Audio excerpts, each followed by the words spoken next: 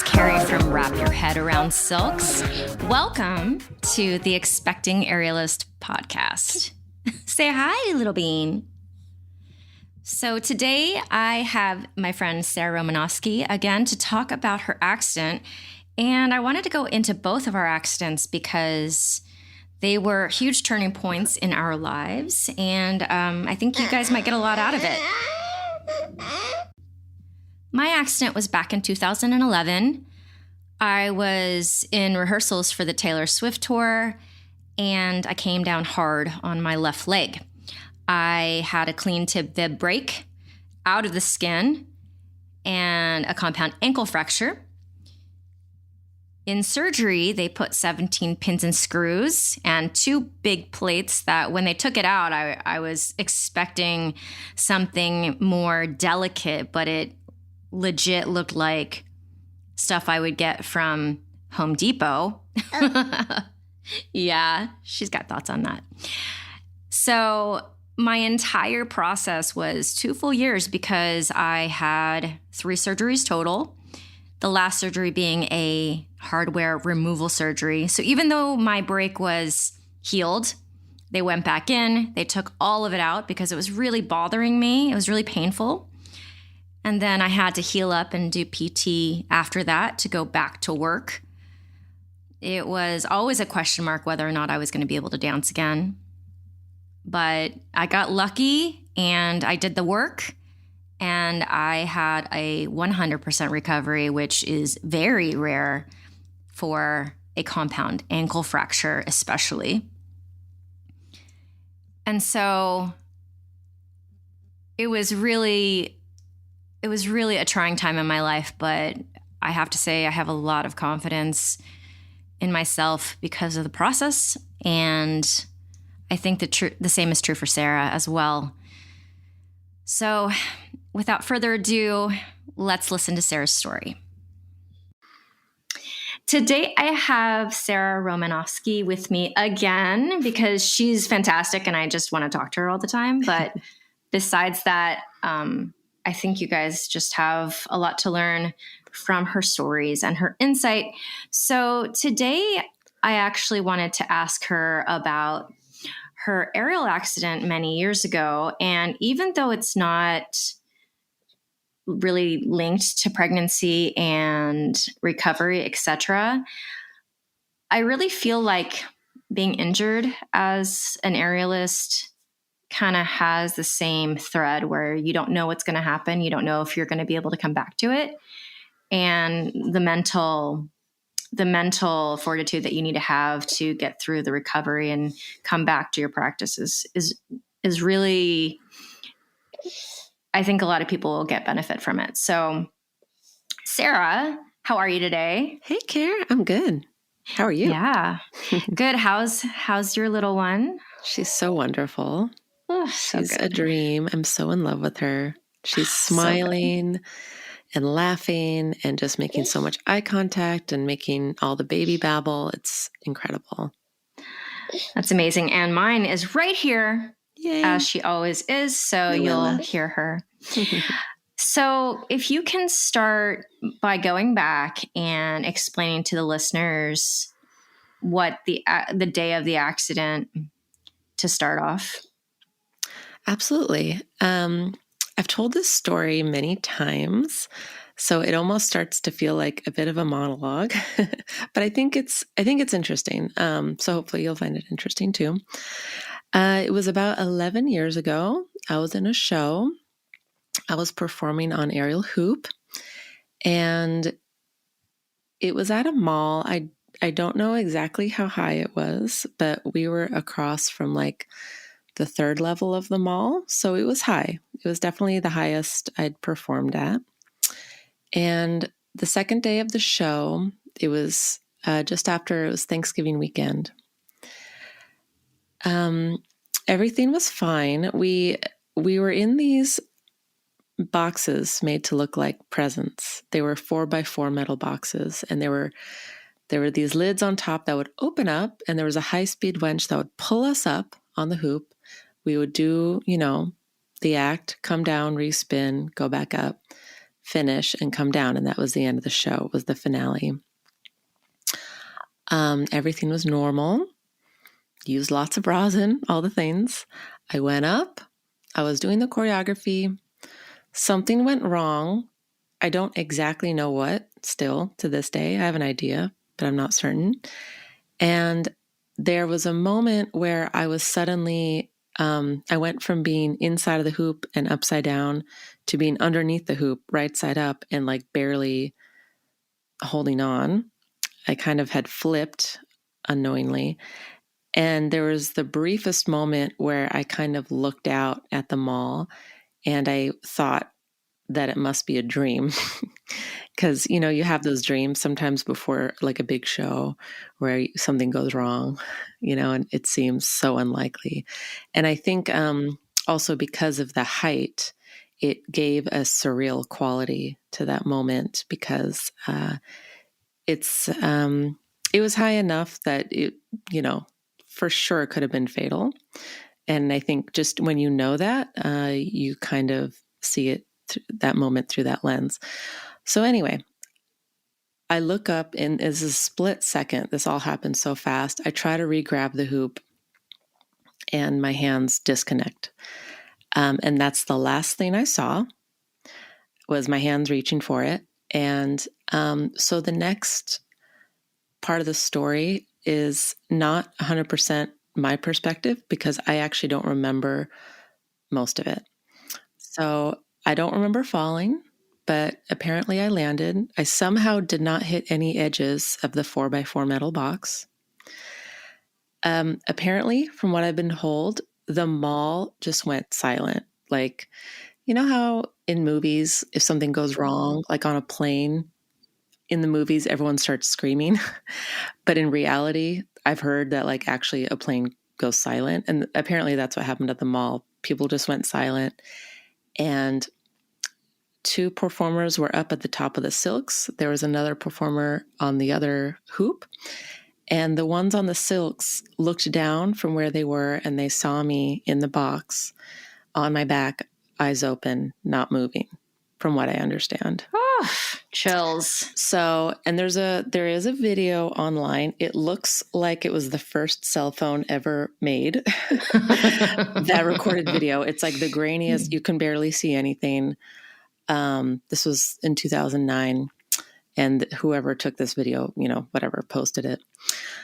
But in the background, you can see one person slides down the silk so fast, and the other starts sliding down as well. And again, this is what I'm told happened. Apparently, there was a guy in the show, big buff dude, and he got to the box first. There was a little trap door that you had to crawl through to get in. And apparently he opened the door, took one look in, and then whatever he saw, he was like, nope, and turned around and got out. The big buff dude. I don't blame him. I'm just saying it's kind of funny. Then one of the silks artists got there next, and she saw the state I was in. And basically, if I remember correctly, she said, that's not Sarah. Like, she's not there right now, whatever that means.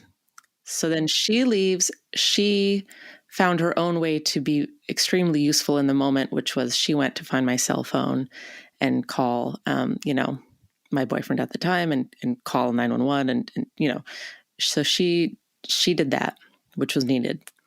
The next silk artist comes down. So now we're like 2 people have turned away from the door. The third performer gets there. And at this point, someone came forward from the audience and said, I'm a doctor. There's always a doctor in the audience. Don't you love that? Yeah. And on a plane as well. And on a plane. It was actually a psychiatrist, but psychiatrists, they're doctors, they go to med school, they know all the things. So the other silks artist and him went into the box, crawled in. And at that point, because I guess I had been still, like I said, eyes open, but now I was in a new state, which was fight or flight. And apparently I was trying to get up and escape the predator. Like you were trying to sit up? Like that part of my brain had taken over. My own self wasn't there. I never passed out, but I don't remember any of this. But apparently I was frantically trying to sit up, get up. I was shaking my head. And then my friend, the artist, she was basically being directed by the doctor for what to do. And he said, hold me down because I could continue to hurt myself more if I keep trying to get up. And I kept shaking my head side to side. And he said, hold her head still and keep trying to make eye contact with me, and just keep talking until she responds. So from what she said, it felt like forever. It probably wasn't that long, but it felt like forever. And this is a moment where my consciousness comes back briefly. Like I have a brief window outside of the blackout that I was in. And I remember looking up and seeing her face. And then I told her, I'm dreaming. Because I was 100% convinced at that moment. And she said, no, you're not, but the ambulance is on their way and you're going to be okay. And I argued with her. I said, no, I'm dreaming. And she's like, no, you're not, but the ambulance is on their way. You're going to be okay. And for whatever reason in that moment, I actually remember deciding, I don't know if I decided to believe her, but I decided to trust her. And I just decided, okay, well, whatever they need to do, I'm going to let them do it. I'm going back into the blackout, basically. And that's exactly what happened. So, wow. So I don't remember the fall. I don't remember those first minutes on the floor, the fight or flight stuff. I remember talking to her briefly. And then now I'm back into, I've Googled this a lot. The only thing I could find was maybe it's localized dissociative amnesia. It's the only thing where if you're in a state of overwhelming stress, it's weird because apparently, just from what I've read, the memories are there probably somewhere deep in my brain, but they were never consciously recorded. Like I have zero recollection, even though I was never. And it's your body's way of protecting yourself? I guess so. Okay. I mean, I don't know. I would have to actually talk to I should probably talk to someone who actually knows what they're talking about with this. But yeah, it seems to be some sort of defense mechanism. Your brain is flooded with chemicals when you think something could be fatal or you're in high stress. But then I've also talked to other people who've been in extremely high stress, potentially fatal circumstances, and they remember everything. So maybe this is something just specific to me. I don't know. Okay. So apparently what happened next was, the EMTs came. People said it took like 15 or 20 minutes. I don't know if that's true. That seems like a long time, but they did have to get like into the mall and all that.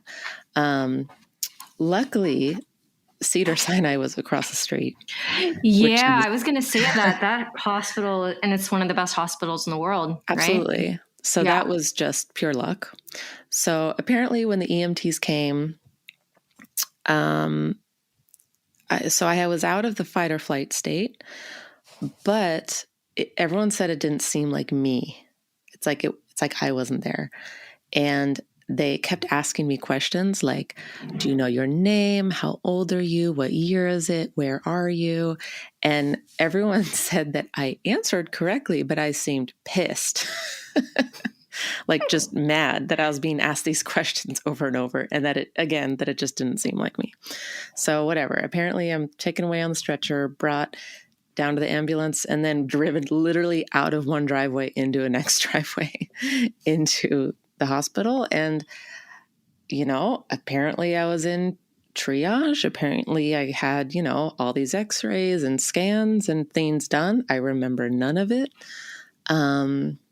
I have a friend who just happened to be there watching the show that night, and she I guess she kind of made it over to the ICU bed, triage, whatever. And she said like that my boyfriend was there trying to talk to me. And I was just like not making eye contact, just kind of like, I don't know, just not there. Right. So that's a blank few hours. I don't even know how much time. The moment my memory kind of jumps back into gear is when I have a couple IVs put in my arm for pain, and a familiar person walked in the room. I don't know which it is. I don't know if the pain meds finally allowed my brain to kind of relax. Like, okay, you were on pause, but now you have pain meds to deal with this. So now we can like bring you back into the driver's seat. Or if it was kind of like everything was so absurd and surreal, having like a familiar person walk in the room, which was my boyfriend at the time. Like, I don't know if that kind of grounded me back in reality, but for whatever reason, memory was back after that. And it, I never had a memory loss after that. And none of those memories ever came back, never in a dream, or nothing ever triggered it or anything. So I always thought that was really fascinating. So basically that night I was told that my pelvis was broken in 4 places. That was the big one. Also that my wrist was, I think the word they used was smashed, technical phrase. And then I had 6 broken ribs, a bruise on my liver, a slightly collapsed lung, and then I don't know if I'm saying this right, but a bunch of those little transverse processes, those little bones that stick out from the spine, a bunch of those were broken, which that's no big deal. Those basically heal on their own, like 97% of the time. The liver thing, the lung thing, whatever. I grew up with asthma. I'm used to having to be on machines for breathing and stuff. So I had to do a bit of that. The wrist wasn't even a big deal. I mean, the next day they did put a plate and 7 screws in my wrist, but like it never even bothered me. Like it literally never bothered me. Wait, so your wrist issues that you were having way after that is it the same wrist? No. Oh, that's interesting. No, this wrist is solid. I think because of the plate and the screws. It's like so reinforced. Yeah. So my right wrist is solid and I've never had a single issue with it. And then the ribs, I would not have even noticed they were broken had someone not told me. All that being said, the reason I wouldn't have noticed that, the reason the wrist didn't bother me, all those things was because the pelvis hurt so much that it took so over badly everything. Yeah. So I didn't even think about anything else. My pelvis fucking hurt. Yeah. So the next day when I went in for surgery for my wrist. So when did the pain really register?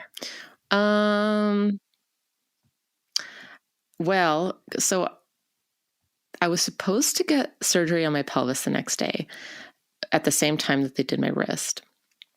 I got out of surgery and I am going to follow back to your question. I got out of surgery and they had only done my wrist, not my pelvis.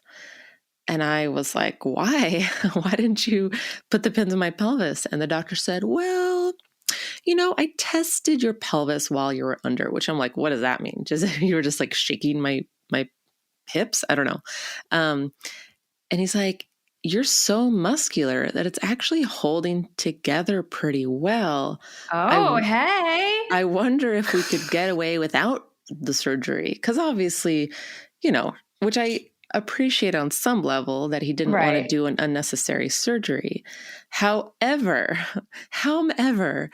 the degree of pain without the pins was so much more than when the pins were finally put in 3 days later. So basically, because the muscle is pulling at all the pieces, right? Like every single time you would move. Like basically, he ended up getting a few other consults on my case, on my x-rays. He wanted second and third opinions and everyone else was like, yeah, you should do the surgery.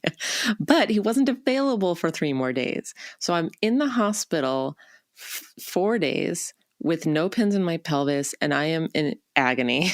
Like every time a nurse comes in, because nurses keep coming in to like roll me to my side or whatever. Like they don't want me to get bed sores, which I don't think would have happened anyway, but whatever. Like I was like, please no, please don't do it. Please don't move me. And oh my God, I remember they sent in like a PT person like the first or second day I was there, and she freaking rolls in a wheelchair, and I started crying because I knew there was no way I was going to be able to get into that wheelchair that day. And just having that expectation suddenly put on me that I was supposed to be able to get in that chair, it overwhelmed me. And I was like, please never, I don't ever want to see her again. Could I have a different PT person who works at the pace that is appropriate for my level of injury? So that's what, and then I had like another PT who came in who usually only works with babies.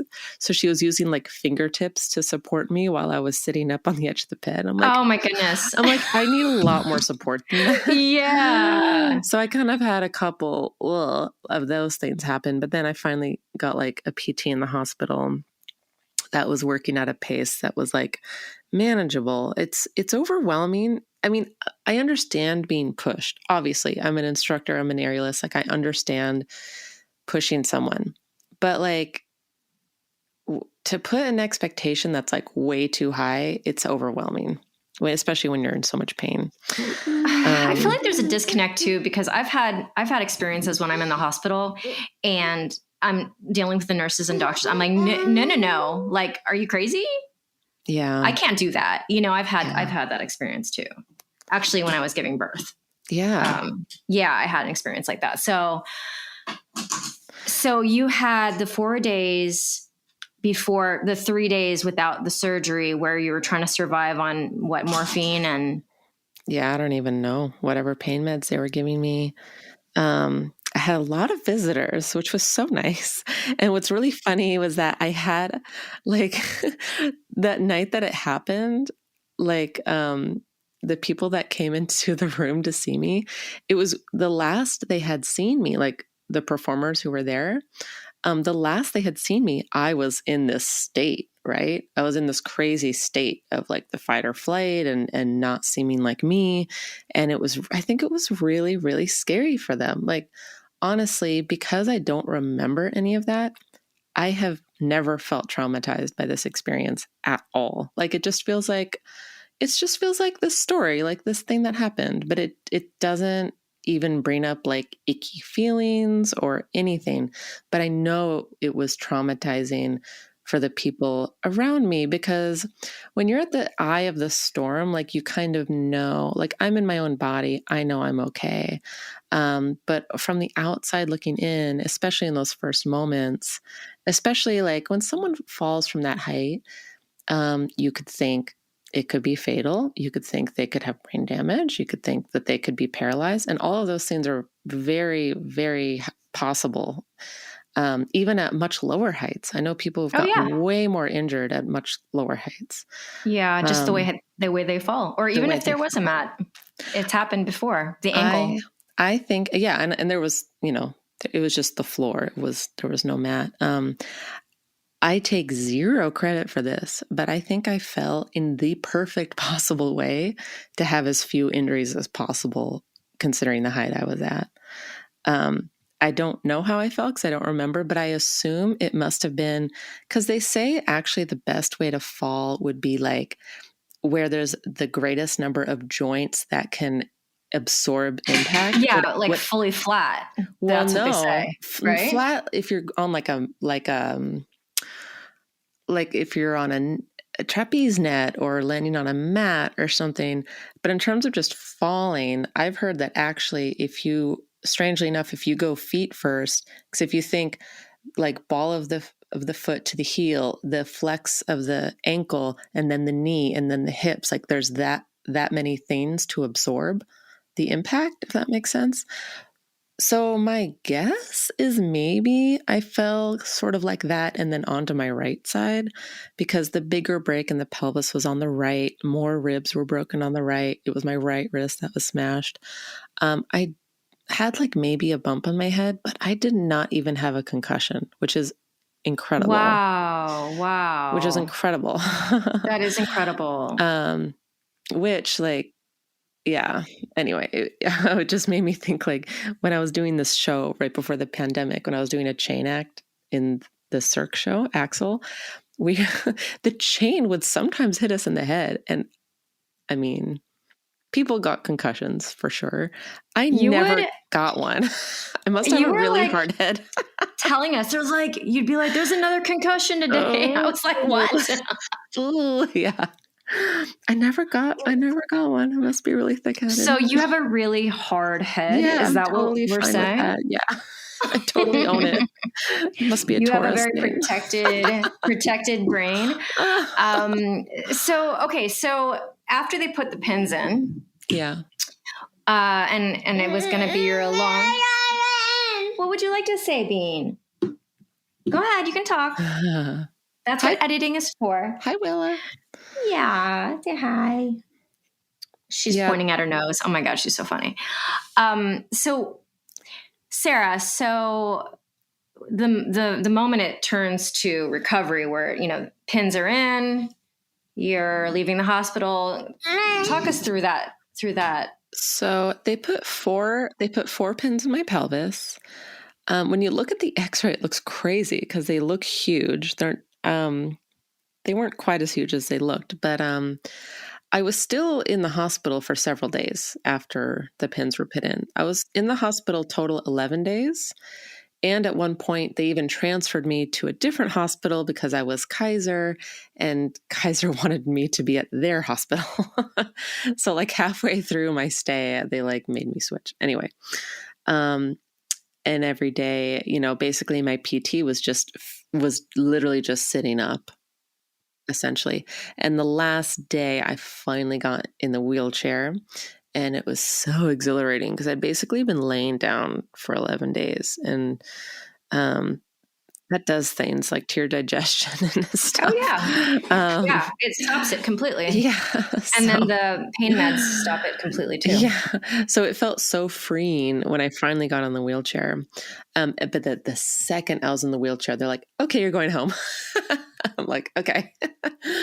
But it's funny because I remember even the car ride home, like the wheelchair and some other stuff was in the back seat. So I couldn't lay the seat back. And because I'd been laying down for 11 days, it was so painful sitting upright because my hip flexors had been extended for all those days. And then suddenly sitting, like trying to flex them again. Oh my God, it hurt.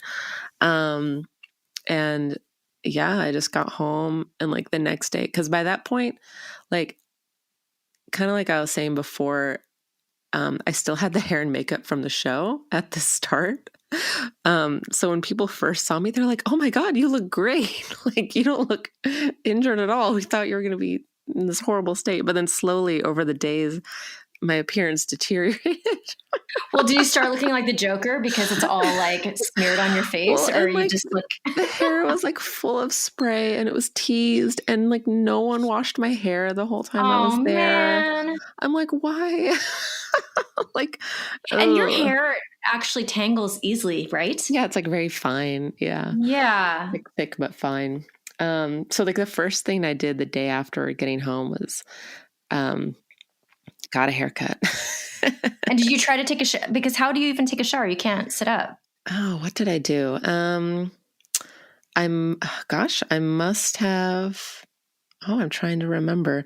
I think who I was living with at the time would literally just pick me up and like sit me in the shower, I think, if I remember correctly. I had to be picked up and literally like put onto the toilet at first. Of course. It's your pelvis. You can't use your legs at all. I was told to put 0 weight on my legs for 7 weeks. 7 weeks you were in either a wheelchair or sitting or in a bed. Just, yeah. Mm-hmm. How was your mental state during that time? It was great because like so many people were so nice to me. I was like, wow. People were amazing. Like, it was like the most social time of my life. People would come like pick me up, like, let's go to the movies. Let's go to, and I would just wheel around and I would put high heel shoes on because I didn't have to put weight on my feet. So they didn't hurt. I just made the best of it. And although, gosh, you really think about cracks in the sidewalk differently when you're in a wheelchair. I'll say that. Oh my God, I can't even Oh even my God. imagine, Or like because going into all a your weight is on your grocery. pelvis. Well, and just trying to roll over like cracks in the road, and like you think about cut curbs, like crossing the street, and I don't know. It was just funny. Or like going to the grocery store, you can only get things that are on the lower parts, the lower shelves. Yeah, the things that you learn when you are quote Yeah, unquote disabled for a temporary amount of time. yeah. How are you like, did you think to yourself, and I just interviewed Cassie, and there's something about the people that I know who get in these injuries, since it was the same for me. It was like there was no doubt in my mind that I would be able to go back and do everything I could do before. Mm-hmm. I just was stubbornly optimistic, I guess. Yeah, I was too. Yeah, same. Oh, yeah, definitely. I remember you said to me that the first time you got on the fabric, you just want to do a candy cane. Mm-hmm. And so tell me about your process back into the first times you got into the air. And then if you want to go back, I know I just skipped a bunch of time there. That's okay. I mean, maybe I'll just mention like when I stood for the first time. So basically the hospital, my insurance, like I could have had PT at my house every day if I wanted it, but the PT came and was like terrible. He was like, "Oh, you could just hold a water bottle and do curls with it," or I don't know. He was useless. So basically, just from my own knowledge as a dancer, an aerialist, I did my own PT at home. I had a friend who did Pilates who'd come over and offered just free Pilates sessions for me. I had another friend who was an acupuncturist. She had acupuncture. I had someone else who was a massage therapist.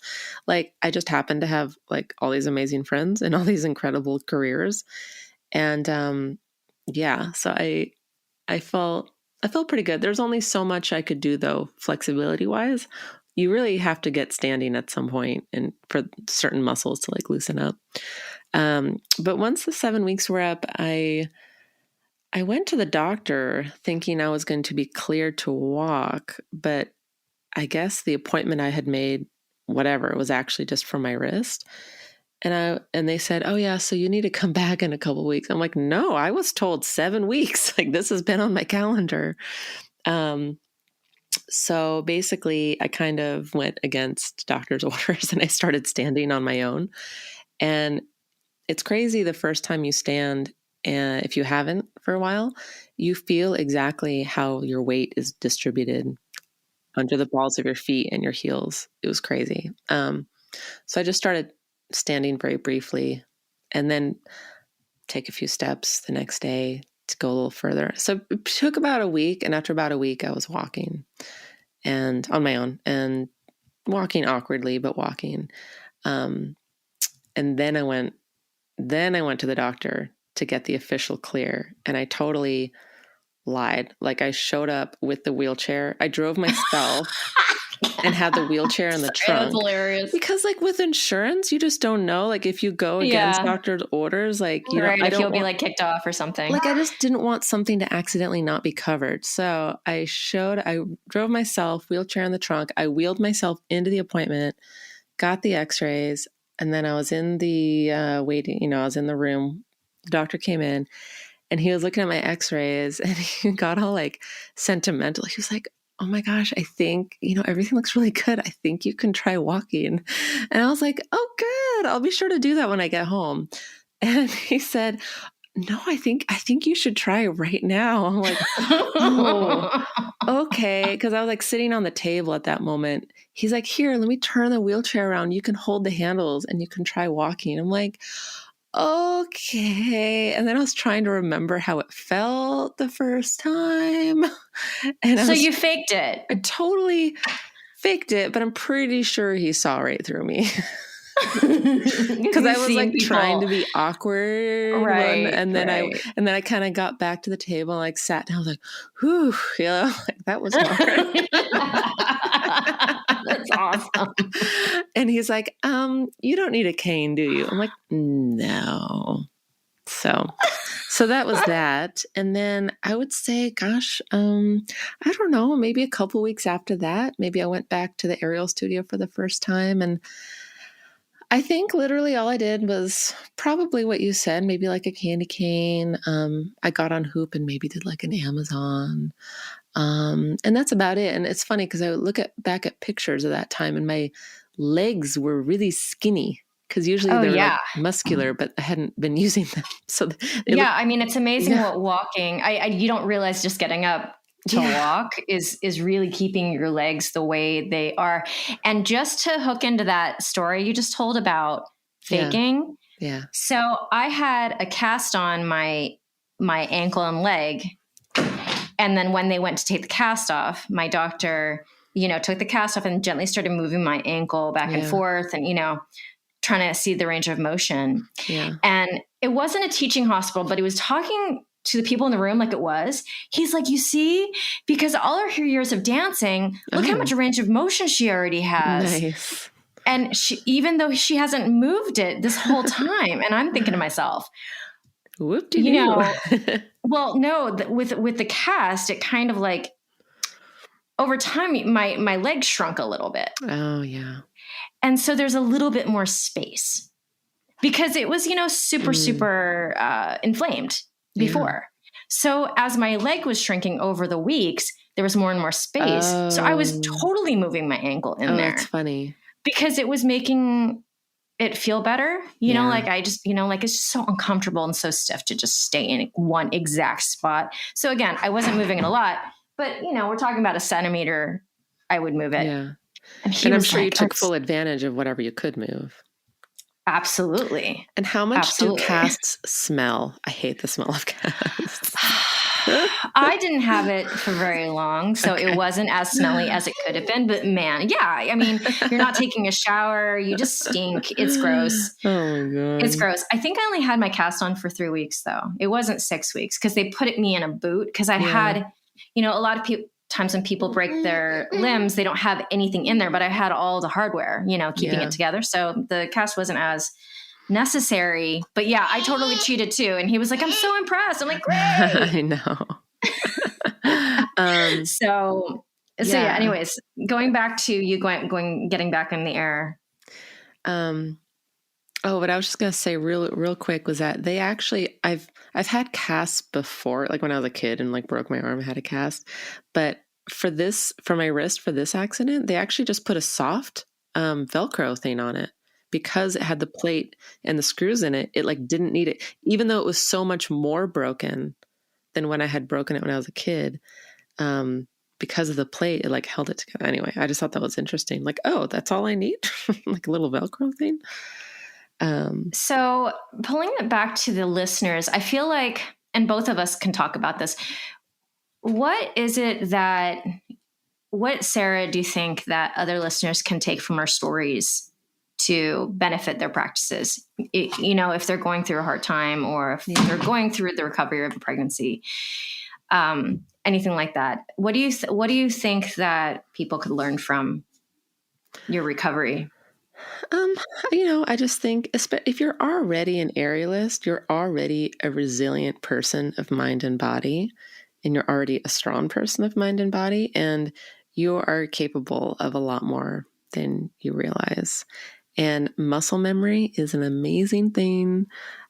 Your body can totally come back, of course, unless you have, certain permanent injuries, but like in general, like for me, it took months. Like after like a couple months, I was actually kind of starting to do little easy gigs again. But it still didn't feel the same. It wasn't until I did a contract where I was really doing shows every day. Then my body finally was like, oh, okay, like that's what you want me to do. And then by the end of that, so I'd say like maybe after, I don't know, by the end of that year, I felt pretty normal. And actually, if anything, I felt like I was able to rebuild my body the way I wanted it. And there were any little things that were kind of bugging me prior to the accident, like little overuse or whatever, they kind of just healed because I wasn't overusing them. So yeah, I actually felt like my body was better after the accident. And I remember I asked you that when I was going through my recovery, because you went through your recovery about a year before mine. And this is when we started to get to know each other. Oh, are you okay, Bean? Betsy. This is when we started to get to know each other. And basically I was just coming to you, to get, what did you do? And, you said that to me, like, use this as an opportunity to, using Biden's term, build back better. Yeah. Get your body back the way you want to. So if there was any imbalances before, if you had any pain, you can bring yourself back in, stronger and better. Yeah. And luckily neither of us had any soft tissue damage, because that's also a part of the reason I think both of us had a lot of success in our recoveries, because, if you have nerve damage, that's really hard to come back from, At the end of the day, I just broke bones, Yeah. Which is that's like the easiest thing to heal. And there's like they figured it out. Like, doctors figured out healing bones. They know what the process is. They know how long it'll take roughly, and how that heals. We've spoken about this before, but I wanted to bring it up again. How do you feel like that experience informed the rest of your career, and then more specifically going into the birth of your child? Well, originally I was told, which I mentioned in our last interview, that I would probably need a C-section because of the pelvic injury. But at some point over the years, I thought, oh, maybe I could try a vaginal birth. I don't know. And I kept telling myself, I'm like, well, vaginal birth has got to be so extremely painful, the worst pain you'll ever feel. Maybe the breaking your pelvis in 4 places, maybe that would be like a little bit of preparation for it. But I ended up not going down that route anyway. But I guess, well, on one hand, in just terms of like mentally, spiritually, emotionally, I actually had a lot more of a positive feeling towards just people in general after my accident, which sounds strange, but I feel like I was a little bit more of a pessimist before that, just about people and their role in my world. And I feel like just having a support system around me, and how many people just kind of came out of the woodwork and offered like love and support, it really gave me a lot of hope, actually. And not that is directly related to physical recovery, but it is. Like, I think having an emotional support system absolutely informs your physical well-being in recovery, in my opinion. So I also just felt very proud of myself, I guess, that I got through it and got to a place that I felt really great. Like, I mean, a year later, I felt like completely normal. So that's kind of where I'm getting back to now, having gone through a pregnancy, mentioned this before, but where I gained 50 pounds, and then having a C-section.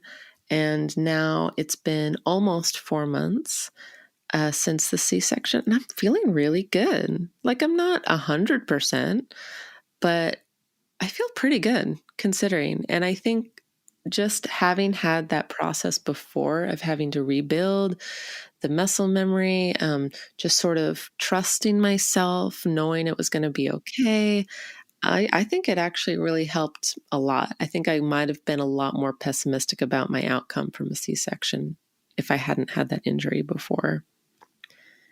Yeah. Yeah. I mean, I think that is 100% correct for me too, that it was just, having a C-section was just so small compared to the whole entire story of my ankle, because my ankle, the difference is that after I completely healed, I remember you telling me that the hardware, you couldn't feel it. You can't feel it in your wrists. You couldn't feel it in your hips. I could feel everything it felt like in my ankle, and I couldn't run on it anymore. And so we had to do a removal surgery, which is what made my process longer, because after I was completely healed, then we went back in surgery and then I had to go back to PT. So it was just a long process for me to get back to work. Aren't you glad you took the time to get it out though? Oh my God, I'm so glad. I mean, honestly, I don't have a choice, because if you can't run on it, like that's not okay. Even if you're not a dancer or an aerialist, like you have to be able to, Yeah. And for me, the mental stuff was, had I only been an aerialist, I don't know what my process would have been in my mind. But at that time, I was more of a dancer than an aerialist. And my dance career was not going to, I didn't have like so much time left, because dancers, you just don't have tons of time. And breaking your ankle like that is much more damaging to a dance career than an aerial career, in my opinion. Yeah. Right? Yeah. Or potentially could be. Towards the end of my PT, I mean, my physical therapist was amazing, because she did as much in her power to get me. I mean, my exercises, I was doing jumps and leaps down a hallway in tennis shoes. But then at home, I was also being directed to get in heels, in point shoes, everything. She was trying to get me back, like for real. Good. So I had, find those PTs. Oh yeah. And it's also part of the reason why I'm still 10 years later, still the poster child of Cedars-Sinai. Like somebody just said that to me. They're like, I just saw you on their website. Oh, that's so Is that a recent That's really cool. I'm like, no. That's cool. I mean, or else they haven't had a good enough story to override my story since then, which seems a little weird to me. I had a good story. But I do feel like going through a body thing like that, where you just don't know the end of the tunnel. You don't know what's going to happen. We were really optimistic, but the fact is that you don't really know what's going to happen. And you kind of just have to have faith and do the things and put one foot in front of the other. Hypothetical, you know what I'm saying? That's kind of a pun, but to do the things and totally. Sorry, I'm good. Oh, no, I was going to say, I forgot to mention this, but I also had one piece of hardware removed after, but it was like 5 years later. Well, I had it was one. Okay. Yeah. Yeah. I had 4 pins put in my pelvis, and then a huge calcium deposit that was literally the size of my thumb grew out from one of the heads of the screws, and you could see it like under my skin popping out. Like if I went into a lunge, I could feel the hip flexor click over it and then back. So you made me feel it with my fingers over your leggings. I remember that moment, because I was like, oh, but cool. And thank God I found a doctor who had also worked with dancers before, and he was like, yeah, I think this is a really good idea. I think we should absolutely remove this. I'm like, awesome. And that was a very quick recovery. I mean, honestly, talking about going against the rules, I totally did like a performance way too soon after that surgery, like way too soon, but it was fine. Everything turned out fine. And I did a very, very simple step. But, the first time I danced in heels on my ankle, I was like, ow. Yeah. But I did it anyway. Sometimes you just got to throw yourself into it sometimes. I think that the lesson here is that get a good doctor on your side. Maybe that's the lesson. Maybe the lesson is to know your body and to know your needs and to. Yeah. Sometimes. But for the women who are, going into pregnancies who are aerialists, I do think finding like-minded people is important. For me, if a doctor says something that gives me a timeline, like I stick to that. And, or even the doctor that removed the calcium deposit, I asked him, like, what restrictions do I have after the surgery? He's like, none. I'm like, really? I don't know if you know who you're talking to. And then like even the C-section, even the C-section, like the doctor that did it, I asked him like, how soon could I start training again? And he gave me like I don't know, he gave me a number like 5 weeks or something. And then when I went in for the follow-up, it was actually to a different doctor. And he said, and I was like, hey, I'm ready to be cleared, right? And he's like, oh no, I wouldn't have said 5 weeks. I would say like 8 or 9 weeks. And in my head, I'm like, too bad, because I already have 5 weeks in my head. It's so funny. It's so funny because also the episode with Kim, she's talking about like having so much like a lot of patience and like, you know, taking it slow so that you can go farther and faster later in life and in this conversation. So whatever. Well, there's a lot of different ways to look at it, obviously. But in reality, I did go slow. Like if you actually saw what I was doing every day, it was actually quite slow. But you know, we know our body. I remember sitting there and just doing little flexes and points with just my big toe.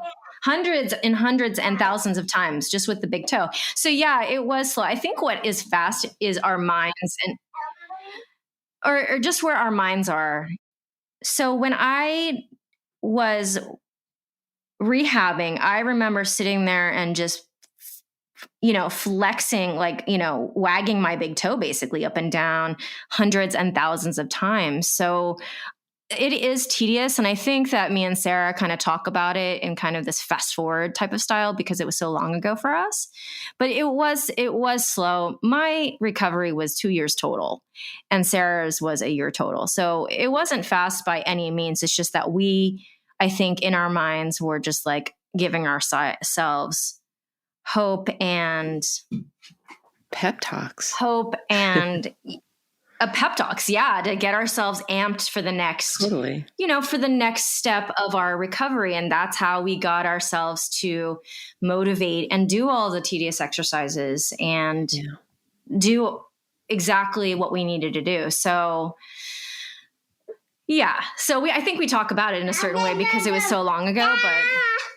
So, it's kind of like your Instagram life versus your real life. Like when people see you on Instagram, for example, even on my own, it's like, oh, she was on tour. Oh, she's training at home. Oh, she's pregnant. Oh, she's back. Like it seems like it's fast. You just don't see there's actually like a lot of work happening behind the scenes, obviously. And of course, like we get so excited about recovery and like trying to move as fast as we can, but really like, of course, we're doing all of the work, whether it's on the aerial rig or, exercises on the floor or the pull-up bar or whatever. But absolutely slow and steady wins the race. And of course, I think having a positive, excited, like optimistic attitude, I think helps. And I think having a good support system helps. Just having people around you who are willing to like offer support and love, whether it's emotional or like physically, like, here, let me hold your baby so that you can do your exercises or whatever you need to do. But absolutely, I think having realistic expectations, being patient with yourself, knowing that like chances are it's going to come back, the thing that you really want. And you're going to feel so proud of yourself once you get there and once you rebuild the way you want to. So that's how I feel about it. Thank you, Sarah, so much for sharing your story. And I just love talking to you about this stuff because it just brings me back to all the things that we've really gotten through and accomplished over the years. And I really feel like I do. I hope it inspires people to know whatever they're going through right now, whether it be, recovering from pregnancy, recovering from any type of injury, mentally and physically recovering. Yes, my love, from the pandemic. Yeah. Maybe we're talking to some aerialists out there who haven't gotten on the rig since last March, and they're just wondering, how the hell they're going to get back up there because they've lost all their strength, and it just feels so daunting. And for both you and I, we've gotten back from zero to full times. Mm-hmm. And I have to say, I would like that to be the only time I ever do that again. But again, if I decide to have another child, then I'll be doing it 3 times. Same. And, I think also rejoice in the little things you accomplish, take the time to celebrate. Like after my C-section, the first time I hung, just by my hands, I couldn't lift my knees up to my chest. And then once I could, I celebrated that. I couldn't do a straight leg straddle at first. Now I can. I'm celebrating that. So instead of focusing on all the things you can't do yet, because I still can't do everything yet, but I'm not even worried about it. I know it's going to come. And I'm just celebrating, and I'm just so excited about everything I can do so far. And I just know that, I'm on the journey, I'm on the path, and I'm totally going to get there. You know what moment is just so awesome?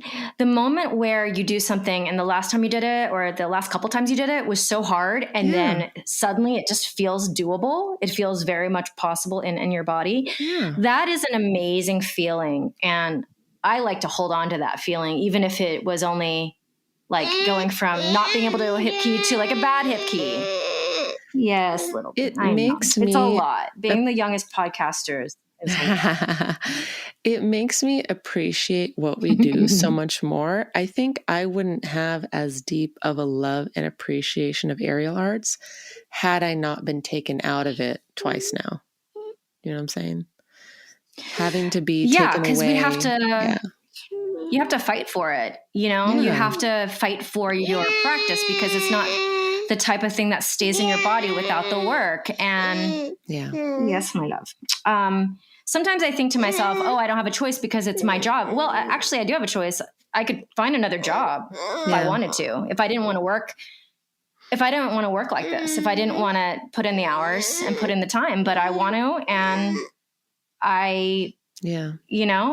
it inspires me to just keep on doing it. And I know if we do decide to have another child, I'll just be doing it for a third time. Yeah. And that's okay too. And you're always like pushing yourself towards your own personal greatness, right? Like we don't settle for our own personal mediocrity. Like, we could just get to a certain point and be like, okay, that's fine. That's all I need, but we like to push ourselves. I think that's why we like this career so much. Yeah. Sarah, it was so wonderful to have you. You too. At some point, I'm going to have you back and we're going to talk about something really light. Cool. Because this awesome. this was like deep and a little heavy. Let's go, little bean. Okay.